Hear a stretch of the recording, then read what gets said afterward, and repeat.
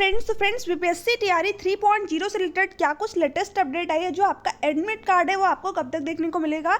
इसी के साथ साथ जिन भी अभ्यर्थियों से फॉर्म फिलअप करते टाइम जो कुछ मिस्टेक हुई है तो क्या उनको फॉर्म संशोधन का मौका मिलेगा या फिर नहीं। इसी के साथ देखिए यहाँ पर आप सभी को बताया कि जो आपकी आवेदन की तिथि है वो यहाँ पर बढ़ाई गई थी, तो क्या जो आपकी एग्जाम डेट है उसमें कुछ चेंजेस आपको देखने को मिलेगा। आपका एग्जाम जो है कब तक होने वाला है और 5 अटेम्प्ट्स को लेकर के यहाँ पर एक आप सभी के लिए गुड न्यूज़ है। तो सारी चीज़ों को डिटेल में आज की वीडियो में देखेंगे। चैनल पे अगर आप पहली बार विजिट कर रहे हैं तो चैनल को सब्सक्राइब कर लीजिएगा, बेल आइकन को प्रेस कर दीजिएगा ताकि ऐसी ही ऑथेंटिक अपडेट आप लोगों को टाइम पर मिलती रहे। फ्रेंड्स, सबसे पहले हम लोग यहाँ पर एग्जाम डेट की बात करने वाले हैं। क्या जो आपकी एग्जाम डेट है वो यहाँ पर बढ़ाई जाएगी या फिर नहीं। तो आप यहाँ पर देख सकते हैं 7 से 17 मार्च के बीच अलग अलग चरणों में होगी परीक्षा से एक सप्ताह पहले प्रवेश पत्र जारी कर दिया जाएगा। यानी अभी जो आपकी एग्जाम की डेट बताई जा रही है वो 7 से 17 मार्च के बीच में बताई जा रही है, क्योंकि आप सभी को पता है कि अगर आचार संहिता लग गया तो आपका जो एग्जाम है वो नहीं हो पाएगा। ठीक है, तो इसलिए आचार संहिता लगने से पहले ही आपका एग्जाम कंडक्ट कराना है। तो 7 से 17 मार्च के बीच में जो आपका एग्जाम है वो यहाँ पर कंडक्ट कराया जाएगा। और जो आपका एडमिट कार्ड है, ठीक है, वो कब आपका जारी होगा। परीक्षा से एक सप्ताह पहले प्रवेश पत्र जारी कर दिया जाएगा। अब तक 4 लाख से अधिक आवेदन, तीसरे चरण में भी अब तक 4,34,000 अभ्यर्थियों ने पंजीकरण कराया। तो देखिए यहाँ पर अगर बात करें आपके एडमिट कार्ड की, तो एडमिट कार्ड जो है आपको कब तक देखने को मिलेगा। तो बीच में आप लोगों ने एक न्यूज़ देखी होगी जिसमें कि जो आपकी एग्जाम की डेट दी गई थी वो क्या दी गई थी, 9 दिया था, 10 दिया था और 15 यहाँ पर दिया था। ठीक है, तो देखिए उसी के आसपास जो है ये भी आपकी डेट है 7 से लेकर के 17 मार्च। तो अगर जो आपका एग्जाम है वो 7 से 17 मार्च के बीच में कंडक्ट कराया जाता है तो आप मान के चलिए कि जो आपका एडमिट कार्ड है वो 28 या फिर 29 फरवरी को आपको देखने को मिल जाएगा, क्योंकि आज जो है आपका है 25 फरवरी। ठीक है, तो अगले 3 से 4 दिन अगले 3 से 4 दिन के बाद में जो आपका एडमिट कार्ड है वो आपको देखने को मिल जाएगा। अगर जो है आपका एग्जाम 7 से 17 फरवरी के बीच में कंडक्ट कराया जाता है, क्योंकि यहाँ पर सीधे तौर पर मेंशन किया गया है कि परीक्षा से एक सप्ताह पहले जो है आपका प्रवेश पत्र जारी कर दिया जाएगा। अगर यहाँ पर बात करें तो देखिए जो आपकी तिथि है आवेदन की वो बढ़ाई गई थी। आयोग ने आवेदन की तारीख भी बढ़ा दी है। बिना विलंब शुल्क के साथ पंजीयन और भुगतान की तिथि 26 फरवरी तक की गई है। ऑनलाइन आवेदन की अंतिम तिथि 23 फरवरी से बढ़कर 25 फरवरी कर दी गई। आयोग के सचिव रवि भूषण ने बताया कि आवेदन की तिथि अब नहीं बढ़ाई जाएगी। तो जिन भी अभ्यर्थियों ने अभी तक फॉर्म फिलअप नहीं किया है वो अपना जाकर के कर लें, क्योंकि देखिए अब यहाँ पर आपकी आवेदन की तिथि नहीं बढ़ाई जाएगी। तो अगर आप इस चीज़ का वेट कर रहे थे कि फिर से जो है आपकी आवेदन की तिथि बढ़ाई जाएगी तब आप फॉर्म अप्लाई करेंगे, तो नहीं, अब आपकी आवेदन की तिथि जो है नहीं बढ़ाई जाएगी, पहले ही जो है यहाँ पर बढ़ा दी गई है। ठीक है, अब जो है आपका एडमिट कार्ड आएगा और सीधे आपका एग्जाम कंडक्ट कराया जाएगा। अगर यहीं पर बात करते हैं कि अगर आपसे फॉर्म फिलअप करते टाइम में कुछ मिस्टेक हो गई है तो क्या कुछ ऑफिशियली अपडेट है, मैं आपको वही दिखाऊंगी। ठीक है, जो बिल्कुल ऑथेंटिक है कि आप जो है उसको कैसे संशोधन कर सकते हैं। ठीक है, तो फ्रेंड्स तो आप यहाँ पर देख पा रहे होंगे। ठीक है, वैसे अभ्यर्थी जिन्होंने ऑनलाइन आवेदन की प्रक्रिया पूर्ण कर ली हो फिर भी किसी त्रुटि के दृष्टिमत अपना आवेदन कैंसिल करना चाहते हो तो वे ऑनलाइन आवेदन की अंतिम तिथि के पूर्व अपने एप्लीकेशन को कैंसिल करते हुए उसी मोबाइल नंबर, ईमेल आईडी से दूसरा रजिस्ट्रेशन एवं नए सिरे से परीक्षा शुल्क का भुगतान करके आवेदन की प्रक्रिया पूर्ण कर सकते हैं।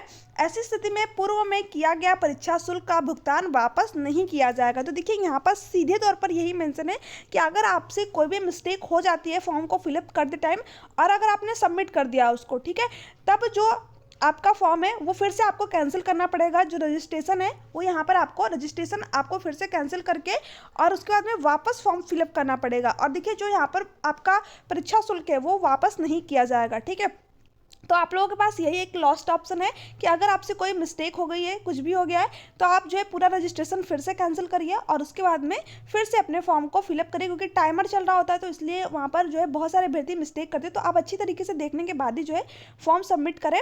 ठीक है, और लास्ट डेट से पहले, ऐसा नहीं कि बाद में। तो संशोधन का आपको यहाँ पर टाइम नहीं दिया जाएगा। देखिए यहाँ पर दिया भी हुआ है, ऑनलाइन आवेदन से कम क्रम में किसी भी स्तर पर एडिट करने का कोई प्रावधान नहीं है। ठीक है, जो आपका संशोधन का टाइम है वो इसमें नहीं दिया जाता है। ठीक है, बीपीएससी टीआरई 3.2.0 में भी देख लीजिए, 1.0 में भी आपका संशोधन का डेट नहीं आया था और न ही इसमें आने वाला है। तो आप लोग अगर इस चीज़ का वेट कर रहे हैं कि संशोधन का आपका टाइम दिया जाएगा, तो ऐसा बिल्कुल भी नहीं है। इसमें सीधे तौर पर मेंशन किया है कि संशोधन का इसमें कोई भी प्रावधान नहीं है। तो जिनका भी यहाँ पर रजिस्ट्रेशन जो है गलत हुआ है तो आपको अपना पूरा रजिस्ट्रेशन फिर से कैंसिल करना पड़ेगा और फिर से जो है आपको वहाँ पर नया रजिस्ट्रेशन करना पड़ेगा। ठीक है, ऑनलाइन आवेदन भरने हेतु आवश्यक विस्तृत निर्देश एवं अक्षरांश अनुपालन नहीं करने पर एवं ऑनलाइन आवेदन भरने के क्रम में अभ्यर्थी द्वारा की गई प्रविष्टि में किसी प्रकार की त्रुटि के लिए आयोग जिम्मेदार नहीं होगा। ठीक है, तो आपसे जो भी त्रुटियां होती है इसके जिम्मेदार सिर्फ और सिर्फ आप होंगे। ठीक है, आयोग यहाँ पर जिम्मेदार नहीं होगा। यहाँ पर सीधे तौर पर मेंशन किया हुआ है यही।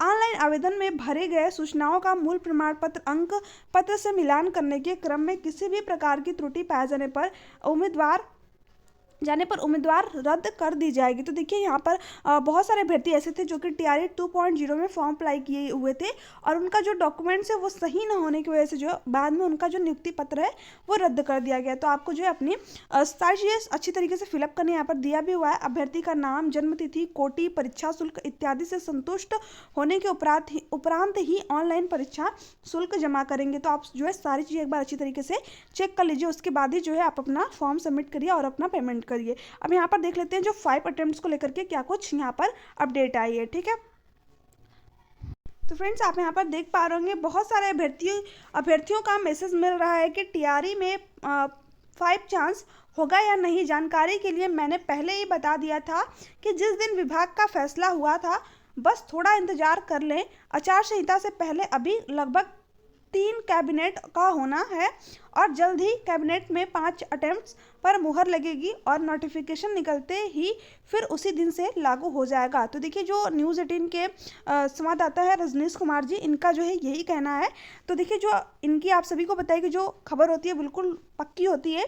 इन्होंने भी सबसे पहले इन्होंने ही बताया था कि जो आपका एग्ज़ाम है वो मार्च के अंदर होने वाला है और मार्च के अंदर जो है आपका एग्ज़ाम भी कंडक्ट कराया गया। और यहाँ पर देखिए आवेदन तिथि को लेकर के भी इन्होंने बताया था कि जो आपकी आवेदन तिथि है वो बढ़ाई जाएगी और ठीक जो है उसके 4 से 5 घंटे बाद में आपको नोटिस देखने को मिल गई। अगर आप मेरे रेगुलर व्यूअर हैं तो आप लोगों ने, मैंने जब बताया था वीडियो के थ्रू, तो आप लोगों ने उस चीज़ को देखा ही होगा। ठीक है, तो देखिए यहाँ पर इन्होंने जो कहा है कि 3 जो आपका कैबिनेट है उसको बढ़ा करके 5 किया जाएगा और आचार संहिता लगने से पहले ही। ठीक है, तो उनके द्वारा कह दिया गया है कि आपका जो है 5 अटेम्प्ट्स यहाँ पर मिलने वाला है। तो जो भी अभ्यर्थी 3 अटेम्प्ट्स के डर से यहाँ पर फॉर्म फिलअप नहीं कर रहे हैं तो मेरा तो यही कहना है कि आप लोग अभी जो है फॉर्म फिलअप कर लीजिए।